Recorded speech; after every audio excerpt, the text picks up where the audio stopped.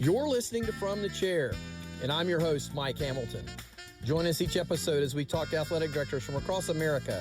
We're going to talk about topics like leadership, career development, issues of the day, and I can promise you we're going to have some fun along the way too. So sit back, listen in, and let's dive in. Let's go.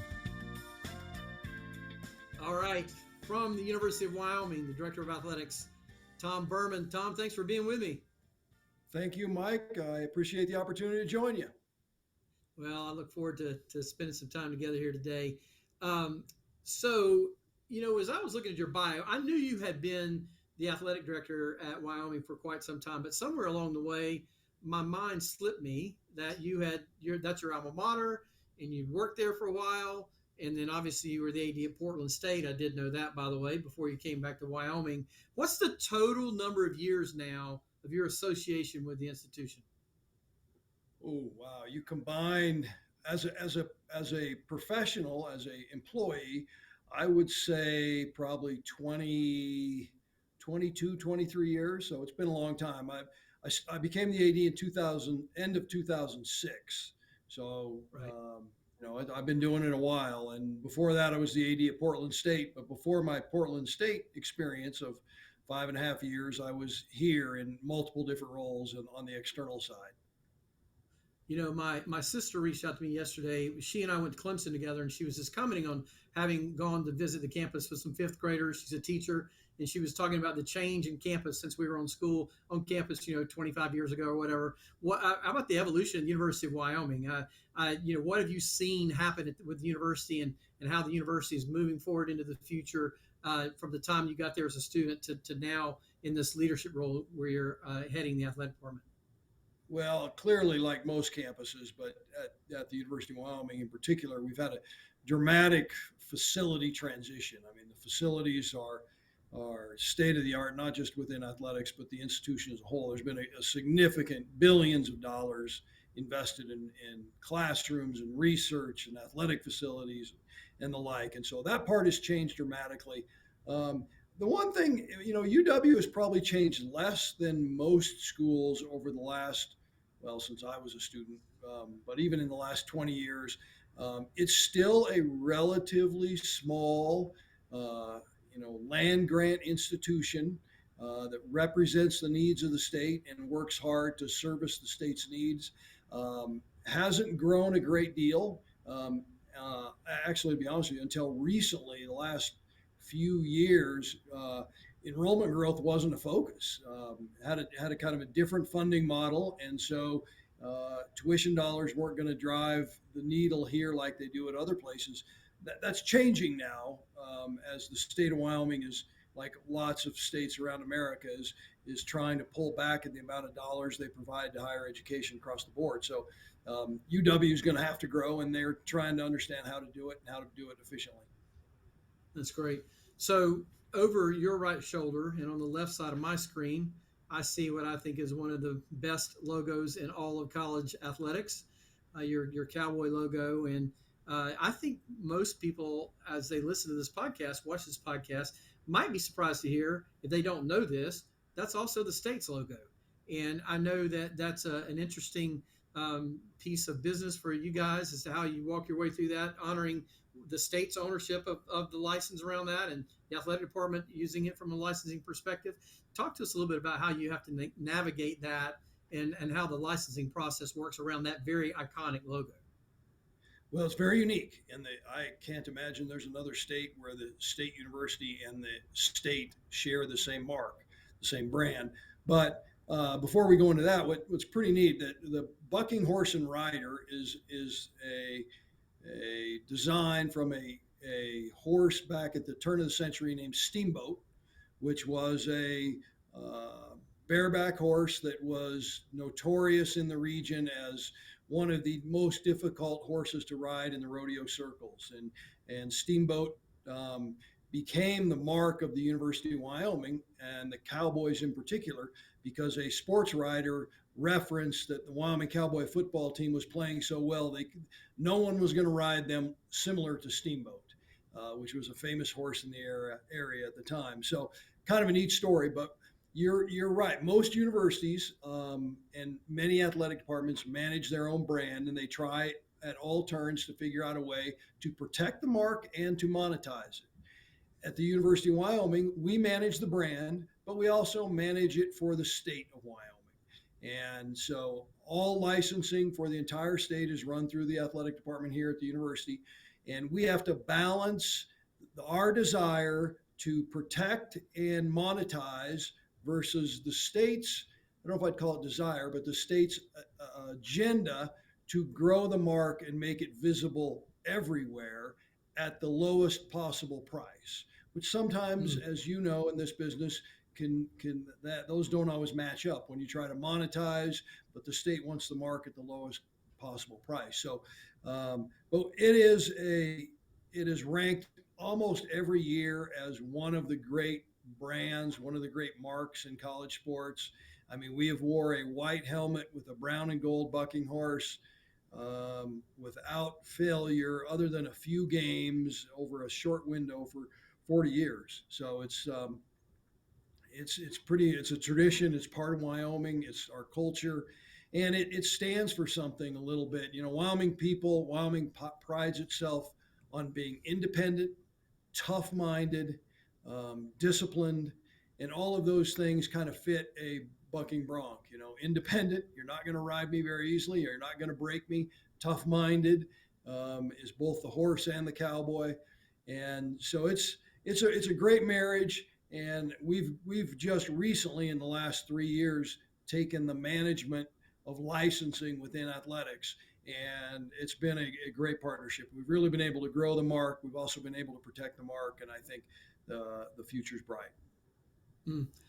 You know, like Jerry West has been the model for the NBA logo, and you talked about Steamboat representing the Bronco, the horse. Is there a particular individual that was the modeling for the actual rider on the horse or not? There is a photograph of Steamboat with a rider that was used early on to create this icon. Uh, and what I think, I may not be exactly right on this, but if you'll notice, it looks like he's holding his hat. In the original photo, I think his hat is flying off and his hand is up, and they just kind of intersect. So a lot of people think he's holding the hat, but I'm not sure that he really was in the photograph they used to create the icon. So there's no truth that that might be a silhouette of you riding the Bronco. No, that would be I'd be on the ground quickly. I'm smarter than that. I wouldn't even get in. Have they tried to get you out and ride Broncos or rustle cattle or No, what? no. I do ride horses. I'm not a horse guy, but I can ride and I enjoy it. Coach Bull, on the other hand, since he's come to Wyoming, he has a horse. Him and his wife Leah are passionate horse people, and they do quite a bit of riding this summer. Leah, in particular, is a fanatical horse person. That's great. That's great. Well, I want to move into some other things here that I told you I was going to visit with you about. First thing I want to talk about is you had prior to you going to Portland State as athletic director and then coming back, you had a history in fundraising and external development for some time, and you've been doing a lot of work in facilities. I know I think you've raised 120 or so $1 million and done renovations on facilities. I think you maybe have some more things in the pipeline. Would love to hear you talk a little bit about that.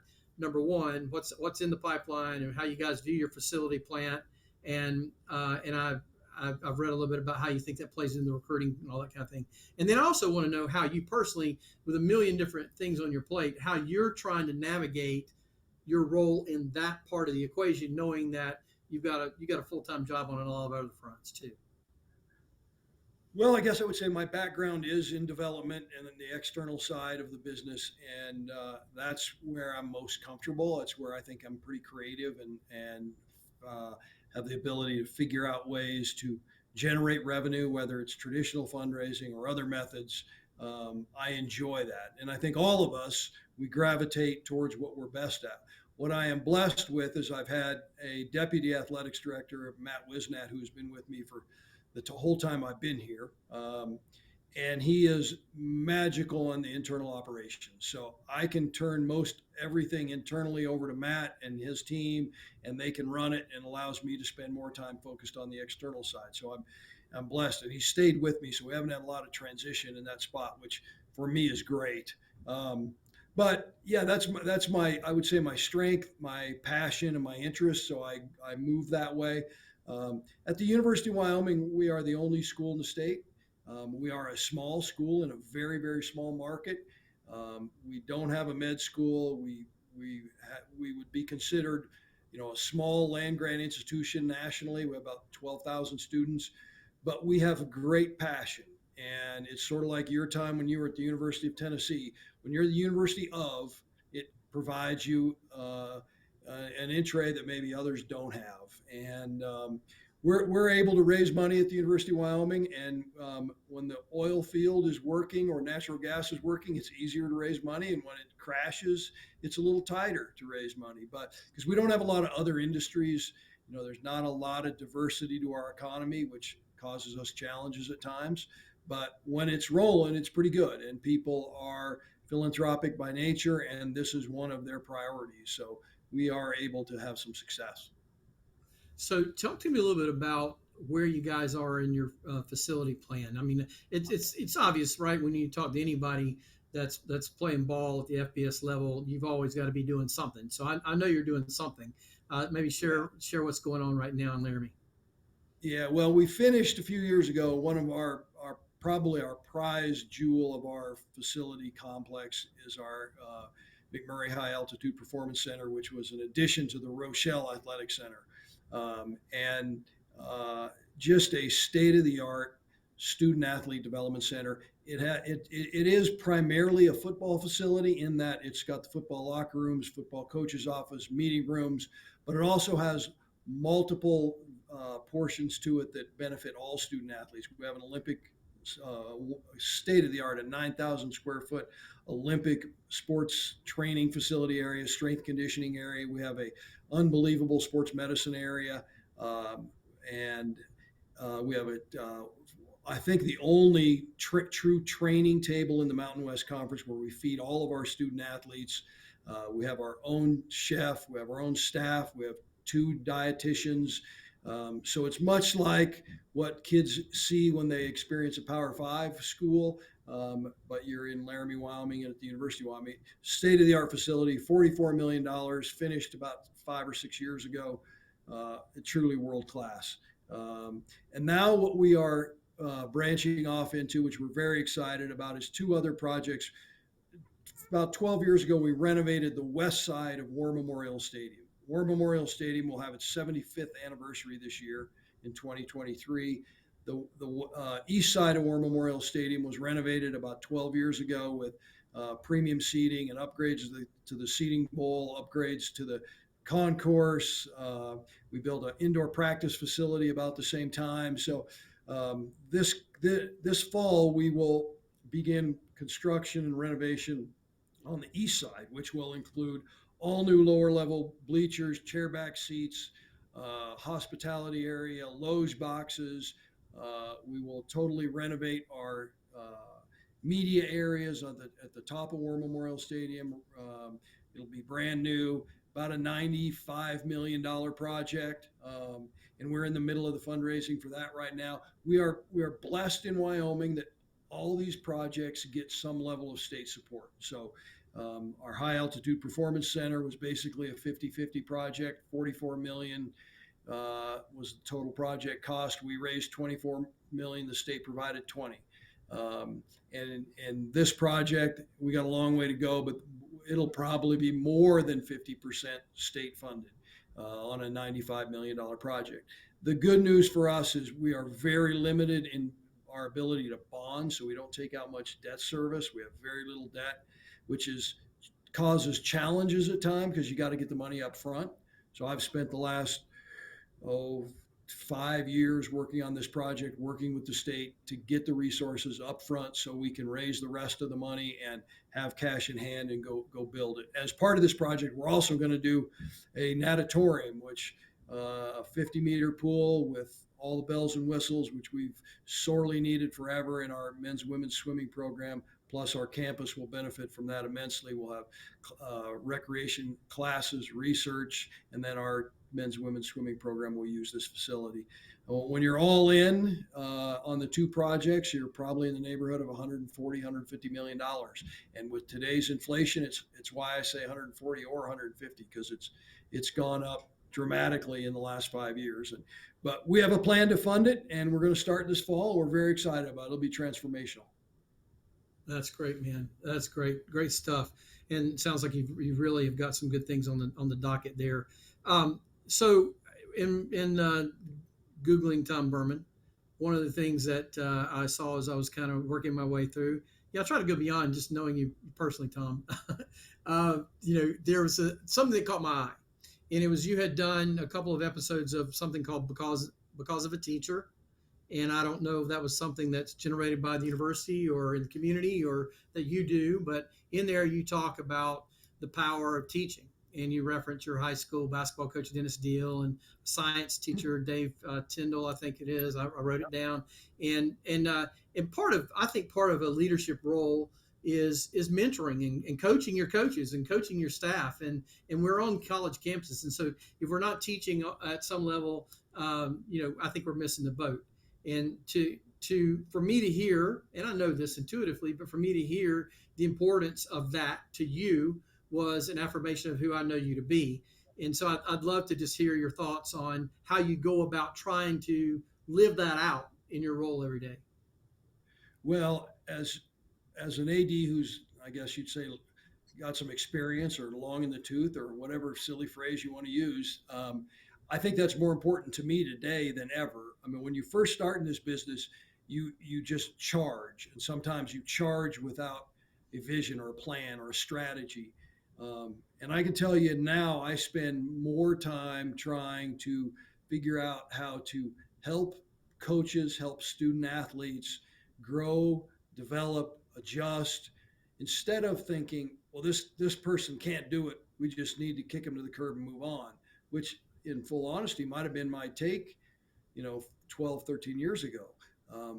But, all of us have great strengths and all of us have great weaknesses.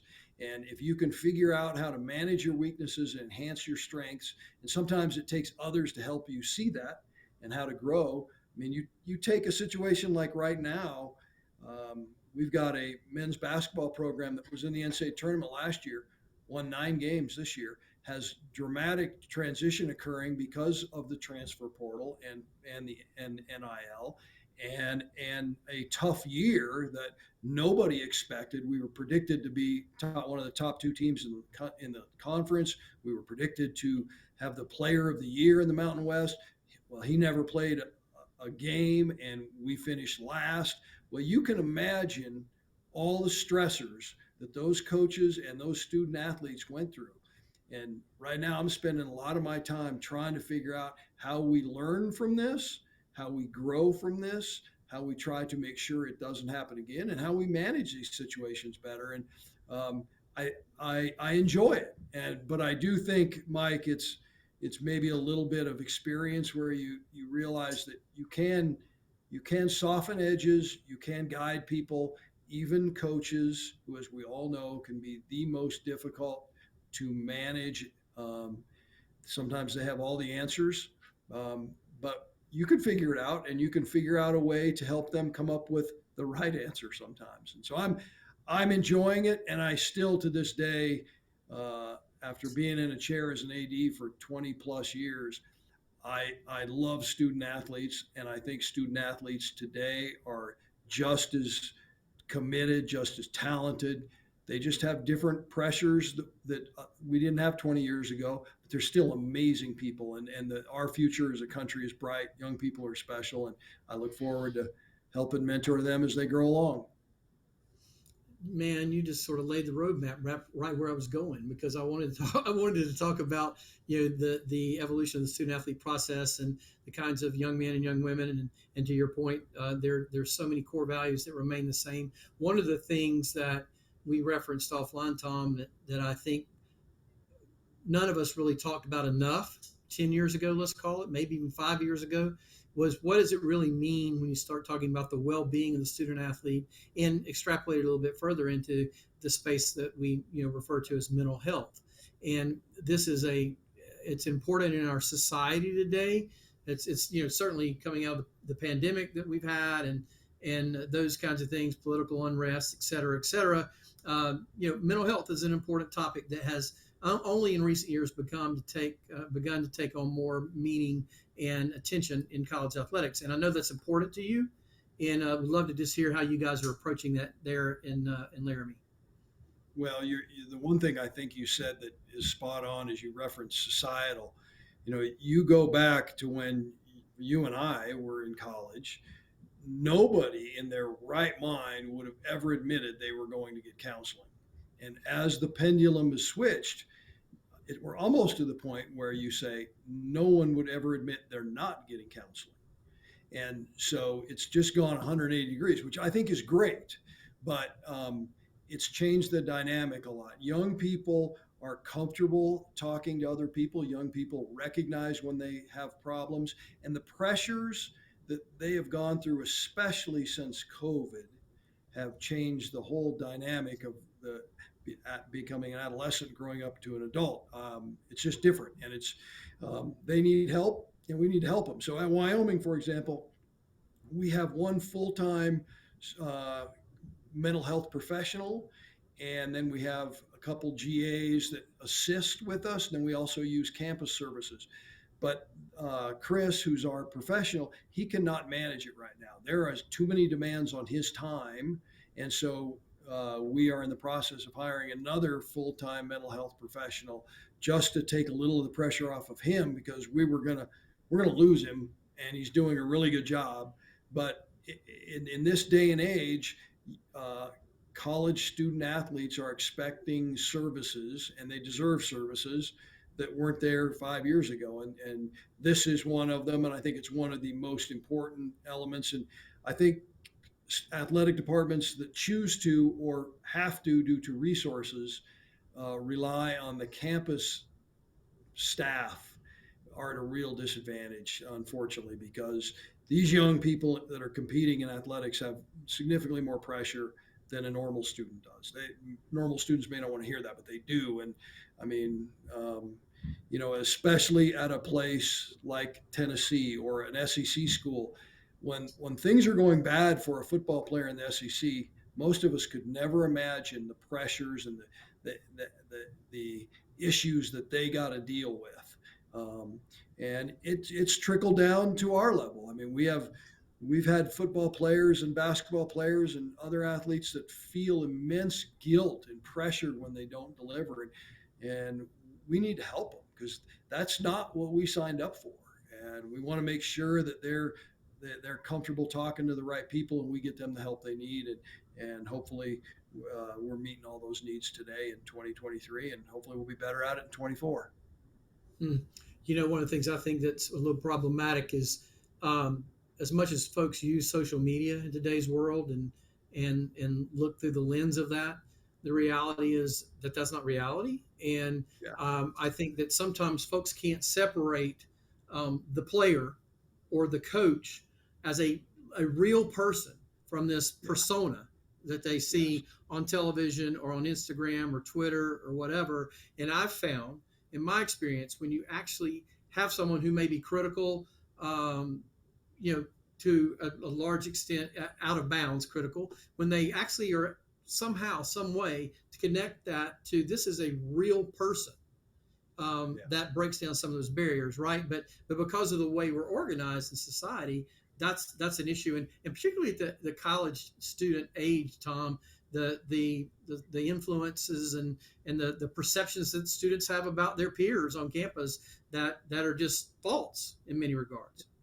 Yeah. Well, it's young people, unfortunately, get their value from likes and followers.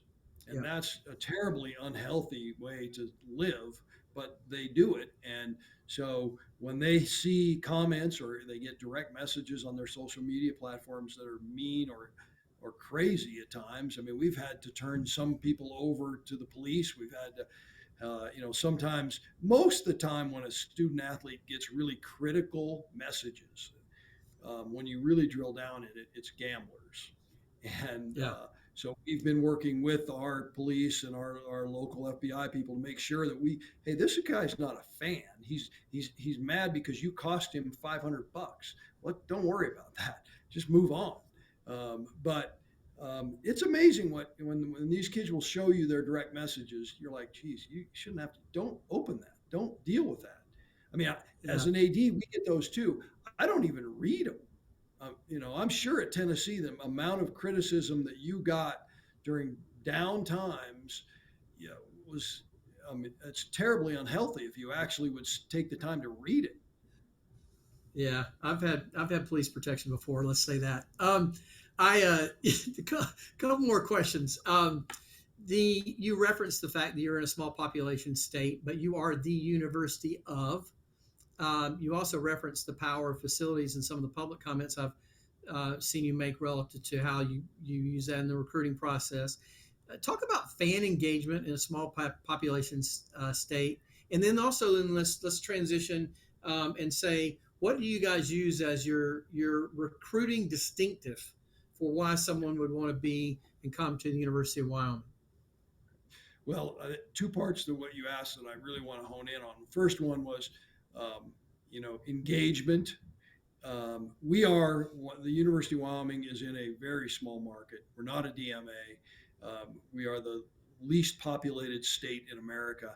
Um, but what's pretty cool and we're very proud of is if you look at us compared to other Mountain West schools and you look at television ratings, and especially when you look at engagement. So connectivity is what I don't know if that's the right term, but when we put something out on one of our platforms, whether it be Instagram, Twitter, TikTok, whatever it is, we have far more followers and far more engagement than almost everybody in the Mountain West Conference. Some of that is we do a really good job internally with our content creation, but some of it is we have very passionate people from all over America, all over the world, who follow this bucking horse and rider and follow the University of Wyoming. And the percentage of people who claim to be fans who are also engaged is very high. Whereas you go to a lot of schools and they may be in large markets, but the engagement is a very small percentage. So we work very hard at trying to engage our alumni all over the country, and we've done well with that. And we will continue to push that agenda because I think that's important as we go forward. Recruiting to a very small market is a challenge because we have very few homegrown student athletes. When you have a small population base, therefore you have a few number of high schools, you're going to have fewer student athletes. The number that can play at Division One is fewer. So we have to go elsewhere to get our young people. We have to look at the fit, which can they survive in a very rural, very small, but classic campus, a very traditional campus setting. Um, and we got to be transparent. We do have weather issues. So you're you're going to live at 7,000 feet. You're going to have snow. You're going to have cold. How are you going to adjust? If you're coming from LA, are you prepared for that? So we have to really drill down and find our niche and find kids who we think can fit. We recruit Texas. We recruit California. I mean, Josh Allen was a California kid, but he was from Firebaugh, California, which is a 9,000 people small community, ag based. We've had kids from uh, Texas, but we don't do so well in Houston or Dallas, but we do pretty well in West Texas. And we've just got to continue to find our niche. We obviously recruit Colorado a lot. We're 25 miles from the border. We can be a great school for Colorado kids who want to get away but don't want to get away too far. Um, but what we really try to look for is we pride ourselves on being the best developmental program in the country. We really work hard on all of our sports. Um, we have to because we can't recruit. I mean, when we get a 3-star kid, we're fired up. Most of our Yeah. kids are 2-star, 1-star, no stars, and we got to identify those young people. Doesn't matter what sport. What is their potential? Are they going to continue to grow? Can we put weight on them? Can we increase their speed? Do they have skills that others might have missed? And we find them and we develop them. Um, and we got to manage it. Nowadays, with the transfer portal, it even adds another element of challenge because if you get a young kid who's really good and they have a great first 2 years, there's a chance you're going to lose them, and there's nothing really holding them back. Back in the day, they had to sit a year. They don't have to sit. So we're dealing with that, and we're still working to figure that one out because that is really difficult. Um, but it's the nature of the beast, and as many people say, we're not going to put the toothpaste back in the tooth. It's just good. It's here forever. Yeah. All right. So maybe just a quick comment on your opportunity you had to be on the CFP selection committee, and just a high level perspective on this the playoff expansion and kind of where you see all this headed over the next few Yeah. years here, particularly in light of still a lot of transition happening among conferences too, by the way. And Yeah. it's an honor to be chosen to be on the committee. So I'd love to hear your thoughts. It was a great honor. I loved it. I worked with some amazing people. And I will say that the ADs that were in the room were great, but probably the most impressive were the people who were not ADs, just in their commitment to our business and the time commitment and the effort they would put into it. I was very impressed. And Bill Hancock and his team are the best. They just do a great job. I enjoyed it immensely. It's a lot of work, but I thought it was great. And people forget, as the committee currently, we rank 1 through 25, and we select the top four. And then at the end of the year, we put all of the New Year's Six bowl games together. And there's a process that we go through. But so selecting a 12 team format is not going to be dramatically different because those teams are going to be ranked the same. It's just going to be, now how do we go forward with seeding them and making sure that we have a good plan to move them through the process. Um, I love the idea of expansion from two facets. One is I'm an AD at a group of five school, and it gives us better access, which is going to help us from many, many regards. But I think maybe if we, by expanding it, we do have the chance of one of those great upsets, which um, is what I love. It's what I love about the NCAA basketball tournament. I watch the first 2 weeks of the NCAA basketball tournament religiously, and then I kind of check out because I know what's going to happen once we get to the Elite Eight and Final Four. Generally, I mean, sometimes we have a George Mason in there, or this year a Florida Atlantic. Those are great stories, and I think it's good when that happens. I think it would be good for football if if there was an occasional team that, it was really exciting this year to see TCU um, make a little excitement and do something different. But I think the 12 team format will create a new opportunity and a new sense of excitement. But I will say it is harder for an upset in football of a team from the Mountain West or from Conference USA or even from the American to knock off the Georgias, Alabamas. It's just harder. There's more people, more resources, more challenges. But if it happens, it'd be great. Great insight. All right, last question. This is just for fun. You live in a great state, a lot of great outdoor activity. I've told people, my favorite domestic vacation place in the United States is in Jackson Hole. I know that's not representative of the entire state, clearly, but it's a beautiful area nonetheless. If you have the chance to get away for a week and sort of clear your head, what do you like to do? And maybe it's not even Wyoming, maybe it's Canada or somewhere. But how do you stay refreshed? I'm an outdoors junkie, so that's part of the reason why I've been here as long as I have. I love anything outdoors, whether it's biking, skiing, fishing. Doesn't really matter. I love it all, and I spend as much time as I can being active in the outdoors.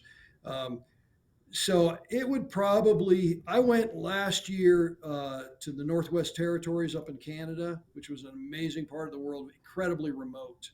I mean, I was 150 miles from the nearest dirt road, and flew in on a helicopter. A little plane landed on a lake, and then a helicopter, and then backpack from there. It was unbelievable. But I will tell people, if you're listening, Jackson Hole is beautiful. It's amazing, um, but it is crowded in the summer. There are some great spots in Wyoming, whether it's the Black Hills in the northeast corner. There's an amazing golf course up there in the Black Hills outside of Hewlett. Sheridan, Wyoming, and the Bighorns is one of the great communities, and a couple great golf courses there. The Powderhorn, um, there's just a lot of beauty in Wyoming. The middle part of Wyoming, the Wind River Mountains, are some of the most beautiful wilderness in the lower 48. So there's a lot to do. If you're going to come, we'd love to have you, but come from June through the end of September. Don't come now. That's great. Hey, man, this has been awesome. I really appreciate you taking some time with me today. Thank you, Mike. I appreciate everything you guys do for our industry. Absolutely. All right, folks. I'm Mike Hamilton. I'm your host for From the Chair right here every week. And you've been listening to the Director of Athletics from the University of Wyoming, Tom Burman. We'll see you next time. Have a good week.